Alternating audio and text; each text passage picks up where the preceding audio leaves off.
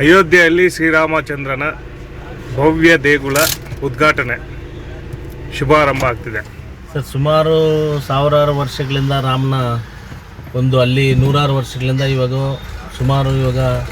ಹಿಂದೂ ಇದರಲ್ಲಿ ಅಲ್ಲಿ ಅಯೋಧ್ಯ ಶ್ರೀರಾಮನು ನೆಲೆಸಿರ್ತಕ್ಕಂಥ ಒಂದು ಅಯೋಧ್ಯೆಯಲ್ಲಿ ಶ್ರೀರಾಮ ಮಂದಿರ ಇಷ್ಟು ದಿವಸ ಇರಲಿಲ್ಲ. ಇವತ್ತಿಗೆ ಮೋದಿ ಕಾಲದಲ್ಲಿ ಭವ್ಯವಾದ ಸಾವಿರಾರು ರೂಪಾಯಿ ಎಲ್ಲ ದಾನದ ಮುಖಾಂತರ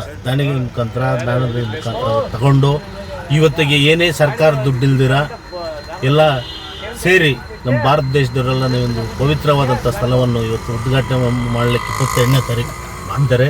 ಇದಕ್ಕೆ ನಾವು ಹಿಂದೂ ಹುಟ್ಟಿದ್ದಕ್ಕೆ ಇವತ್ತಿಗೆ ತುಂಬ ಸಂತೋಷವಾಗಿದೆ ಅಂತ ನಾನು ಹೇಳಲಿಕ್ಕೆ ಇಚ್ಛಿಸ್ತೇನೆ. ಸರ್, ಒಂದು ಸುಮಾರು 500 ವರ್ಷಗಳ ಒಂದು ದೇವಸ್ಥಾನ ಭವ್ಯ ದೇಗುಲ ಈ ವರ್ಷ ಅಂದರೆ ಈ ಜನ್ಮದಲ್ಲಿ ನಾವು ನೋಡ್ತೀವಿ ಅಯೋಧ್ಯೆ ರಾಮಂದು ಅಂತ ಏನಾಗುತ್ತೆ ಸರ್ ನಿಮ್ಮ ಅದನ್ನು ನೋಡ್ತೀವೋ ಇಲ್ವೋ ಅಂತ ಇತ್ತು.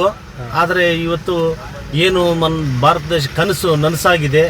ಅದಕ್ಕೆ ನಾವು ಎಲ್ಲರೂ ನಮ್ಮ ಭಾರತೀಯರೆಲ್ಲರೂ ಮೋದಿ ಒಂದು ನೇತೃತ್ವದಾಗಿರತಕ್ಕಂಥ ಇದಕ್ಕೆ ಮತ್ತು ಮಹಾನ್ ಇವರೆಲ್ಲ ಮಾಡಿರ್ತಕ್ಕಂಥ ಅವರೆಲ್ಲ ನಾವು ಭಾರತ ದೇಶ ಋಣಿಯಾಗಿರಬೇಕು ಅಂತ ನನಗೆ ಅನಿಸ್ತದೆ. ಈಗ BJP ಅಜೆಂಡಾನೇ ಒಂದಿತ್ತಲ್ಲ ಸರ್, ಭವ್ಯ ರಾಮ ಮಂದಿರ ಕಟ್ತೀವಿ ಅಂತ. ಆ ಅಜೆಂಡಕ್ಕೆ ಅವರು ಇದೊಂದು ಪೊಲಿಟಿಕಲ್ ಇದಾಗಿ ತಗೊಂತಾರ? ಇಲ್ಲ ಸರ್, ಇದು BJPಗೂ ಇದಕ್ಕೂ ಇಲ್ಲ.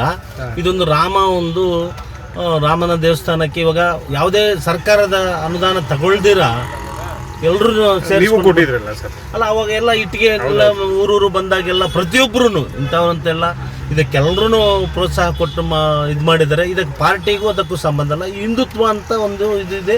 ಬಟ್ ಎಲ್ಲರೂ ಹೋಗ್ಬೋದು, ಅದಕ್ಕೇನು ಇಂಥವ್ರೇ ಹೋಗ್ಬೇಕು ಇಂಥವ್ರು ಇಲ್ಲ ಅಂತಿಲ್ಲ.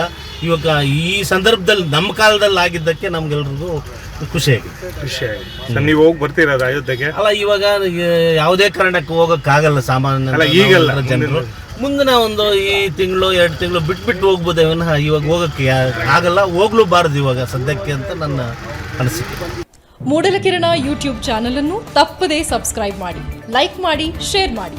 ನಮ್ಮ ಮುಂಬರುವ ಎಲ್ಲಾ ವಿಡಿಯೋಸ್ಗಳಿಗಾಗಿ ಪಕ್ಕದಲ್ಲೇ ಇರುವ ಬೆಲ್ ಬಟನ್ ಅನ್ನು ಒತ್ತಿ.